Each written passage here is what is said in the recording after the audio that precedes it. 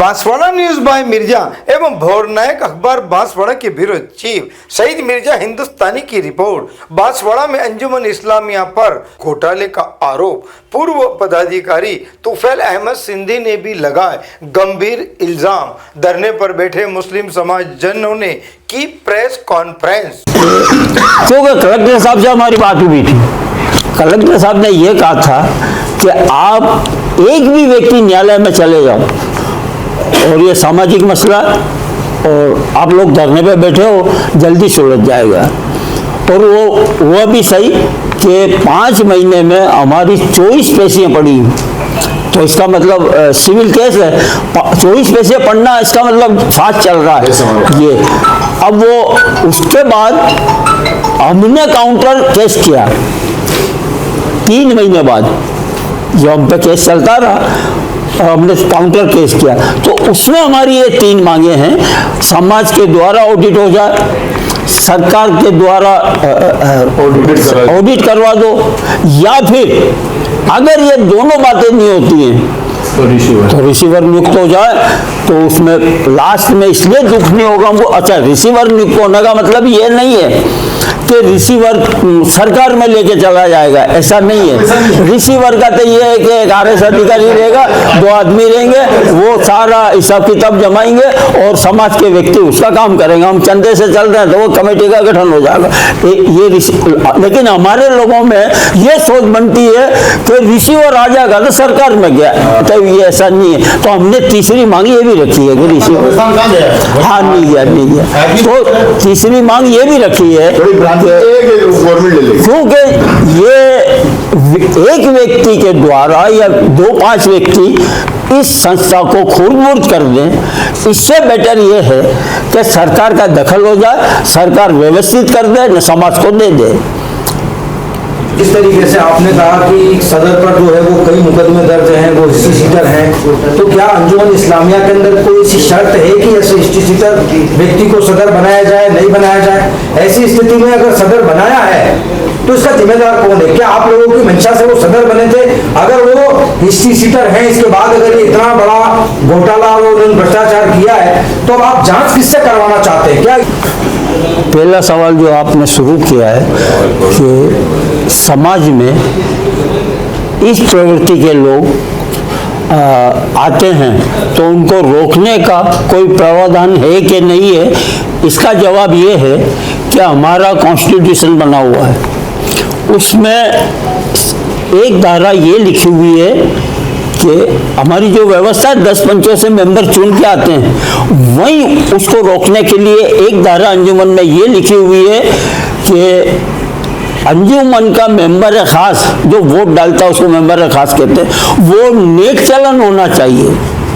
नेक चलन का विलोम शब्द है बद चलन। बद चलन मतलब बदमाश, नेक चलन मतलब शरीफ। तो हमारा रोकने की व्यवस्था है, लेकिन वो बस बन के आ जाते। एक दूसरा सवाल आपने ये किया कि ये जो सदर बन जाते हैं तो उसमें शहर के मुसलमानों की सहमति होती है क्या, ये आपने क्या पूछा। अब उसमें सवाल ये है कि हमारी जो व्यवस्था है उस व्यवस्था में यहाँ इस शहर में 10 पंच हैं। 10 पंचों में से अलग अलग परसेंटेज के हिसाब से 5% से 1 मेंबर आता है, 20 पे 1 आता है, अलग अलग संख्याएं। तो उन संख्या में पंच खिड़की और पंच गोरे खिमली, इस पे इन लोगों का कब्जा है। 125 वोट तो ये 2 आदमी बैठ के 125 बना देते हैं। और जिस पंच से मैं बिलोंग करता हूँ उस पंच में 35 लोग आते हैं और वो 35 लोग 250 लोग यूं बैठ के उसमें से 35 चुनते हैं। उसमें चुनाव भी होता है, चुने भी जाते हैं। तो हमारी मर्जी, जैसे हम यहाँ 10 कागज लगे बैठे, मेंबर बनाने में हमारी मर्जी नहीं चलती है। तो दूसरी पंचे जो हैं वो चुन के मेंबर भेजती हैं और ये घर में बैठ के बना के भेजते हैं, तो वो इनके पास बहुमत इस ढंग का हो जाता है। अब हमारा दुर्भाग्य है वो कि इसको हम संभाल नहीं पाए या इसको दुरुस्त नहीं कर पाए। सवाल मेरा ये नहीं था, सवाल मेरा ये कि क्या आप लगता है कि ये आपकी पूरी संपत्ति वक्फ बोर्ड में चली जानी चाहिए या इस पर सरकार का अधिग्रहण हो जाना चाहिए? अगर सरकार का अगर अधिग्रहण होता है तो आपको हर साल ऑडिट अपने आप करवानी होगी, एक आपका एक कॉन्स्टिट्यूशन बन जाएगा। क्या लगता है कि ये सरकार का अधिग्रहण इस पर होना चाहिए? बिल्कुल, मैं आपको बता देता हूँ, ये हमारी मंशा सरकार के पास चली जाए हमारी प्रॉपर्टी, ये कतई नहीं है। नंबर एक, हमने जो ऑडिट की मांग की, जांच की अंजुमन से, इन लोगों ने 50-60 लोग गए थे वहाँ, उन्होंने ये कहा कि हमको इसकी ऑडिट करनी है। वहाँ से ये कहा कि आप 11 आदमी की कमेटी बना लो और आप ऑडिट कर लेना। लेकिन उसमें 3 तारीख को गए थे, 11 को बुलाया था, 8 दिन का गैप था। उस गैप में इन्होंने क्या नीति बनाई ने, वो तो बनना तो था ही नहीं, क्योंकि जैसे ही जांच में जाएं तो वो सब खुद के बाहर आता है। जमीन खोदोगे तो गंदा है तो गंदा निकलेगा, ना अच्छा है तो अच्छा निकलेगा, तो यूँ सब खुदता हो, तो वो ना कह दिया। उसके बाद अब जांच नहीं हो, वहाँ तक कुछ भी नहीं हो। अब हमने वहाँ या कोर्ट में, इन्होंने अंजुमन ने दर्शनार्थियों पे केस किया, वो केस चल रहा है। हमने वहाँ ये मांग रखी है, नंबर एक, समाज के व्यक्तियों से इसकी ऑडिट करवा ली जाए। नंबर 2,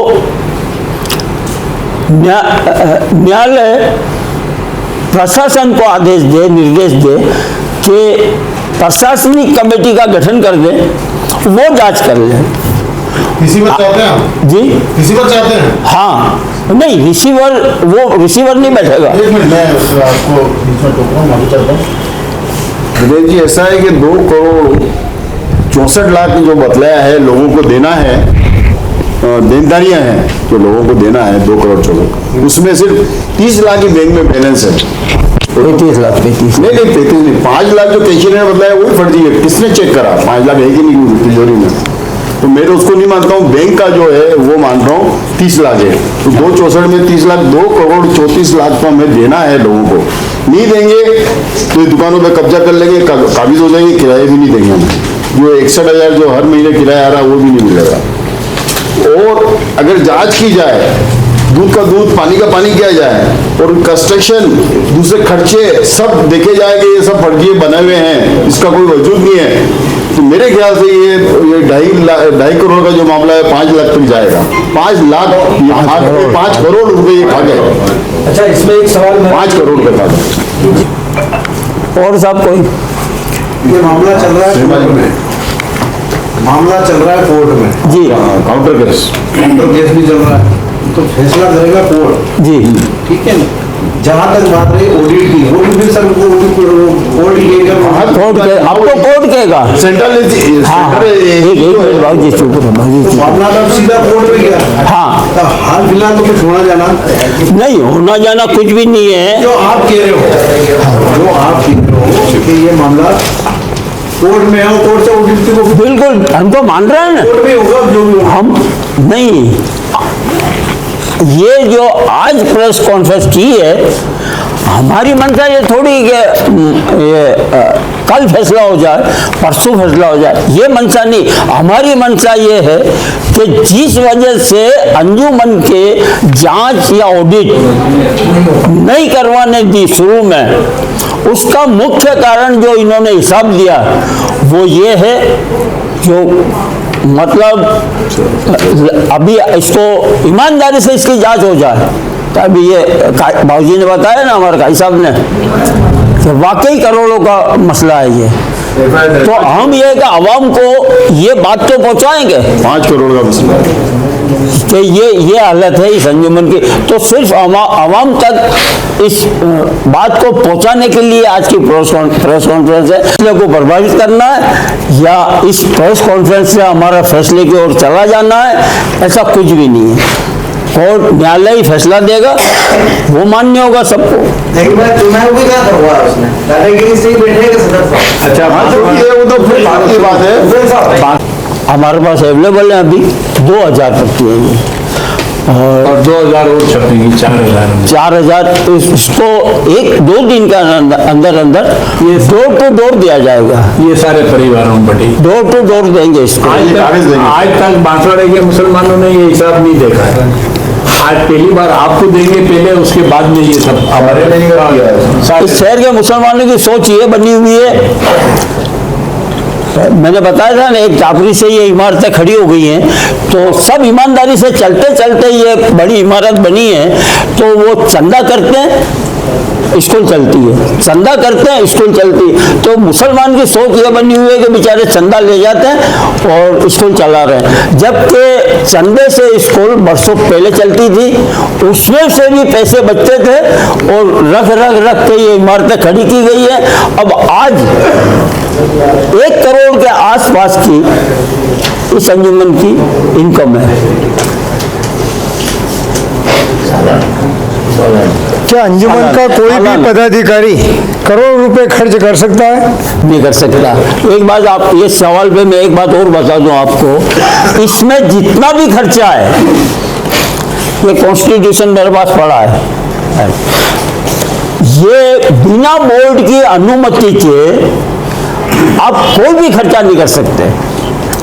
हमारे वहाँ अंजुमन की बॉडी की ये व्यवस्था है, एक बोर्ड होता है जिसमें 10 पंचों के मेंबर आते हैं, जिसकी संख्या टाइम टू टाइम बढ़ती रहती है। तो आज की तारीख में अभी इस अंजुमन के 415 मेंबर हैं, मेंबर है खास। उस मेंबरों में से 5 तो अहदेदार चुने जाते हैं और 10 हर पंच से एक व्यक्ति आता है। वो 15 होते हैं, वो 15 अमला होता है। नीचे उसके बाद कमेटियों का गठन होता है, निर्माण कमेटी ने, वित्त कमेटी ने, ये कमेटी ने, शिक्षा कमेटी ने, इसका गठन होता है। अब वो ये जो कमेटी हैं वो योजना बनाए, शिक्षा के संबंध में शिक्षा मंत्री कमेटी के माध्यम से ये बताए कि हमको इन चीजों की आवश्यकता है। निर्माण कमेटी वाला ये बताए कि हमको 2 कमरों की जरूरत है, तो वो वहां से आमला में लाएगा। आमला को इतना ही अधिकार है, उसमें गौर फिक्र करके वो वहां बोर्ड में भेजे। और बोर्ड में अगर आमला ने ये कहा कि ये 20 लाख का काम है और बोर्ड ने ये कहा कि ये 12 लाख पास करेंगे, तो 12 लाख ही पास होंगे। बोर्ड सर्वोपरि है। और ये जो हिसाब किताब है, एक भी हिसाब बोर्ड में नहीं गया, मैं चैलेंज नहीं कह रहा हूँ आपको। बोर्ड नाम सब आएंगे, विपरीत काम कर रहा है। जो लिखा हुआ है उसके विपरीत काम कर रहा है। 5 सालों का हिसाब दे रखा, कोई बोर्ड नहीं है। ठीक हाजी साहब, क्या अभी क्यों नहीं हुआ? ये जो सालाना हिसाब किताब है अंजुमन इस्लामिया बांसवाड़ा का, 1999 तक एक किताब निकलती थी, 10 पेज की, 12 पेज की। ये जैसे आए हुए बताया ना, इसी तरीके से एक किताब होती थी और वो पूरा चंदा 2 रुपए जिसने दिए हैं उसका नाम भी उसमें आता, और 20 रुपए का खर्चा हुआ है वो भी उसमें आता, और आमद खर्च बैलेंस या नुकसान घाटा जो भी वो उस रुदात में आता था। और बिल्कुल क्लियर डोर टू डोर जाती थी वो रुदात, उसको रुदात कहते थे। हिसाब घर घर पहुंचाया जाता था, लेकिन ये 2099 के बाद से बंद हो गया। जी हाँ, बांसवाड़ा की खबरें हमारे साप्ताहिक समाचार पत्र BN भोर नायक साप्ताहिक समाचार अखबार में भी प्रकाशित होगी। देश हित जनहित में राज और समाज का साप्ताहिक दर्पण संपादक प्रकाशक शहजाद खान व सईद मिर्जा की रिपोर्ट देखते रहिए भोर नायक समाचार पत्र में। बांसवाड़ा न्यूज़ बाय मिर्जा को सब्सक्राइब करना ना भूलें और साथ ही लाइक कर शेयर भी करते रहें।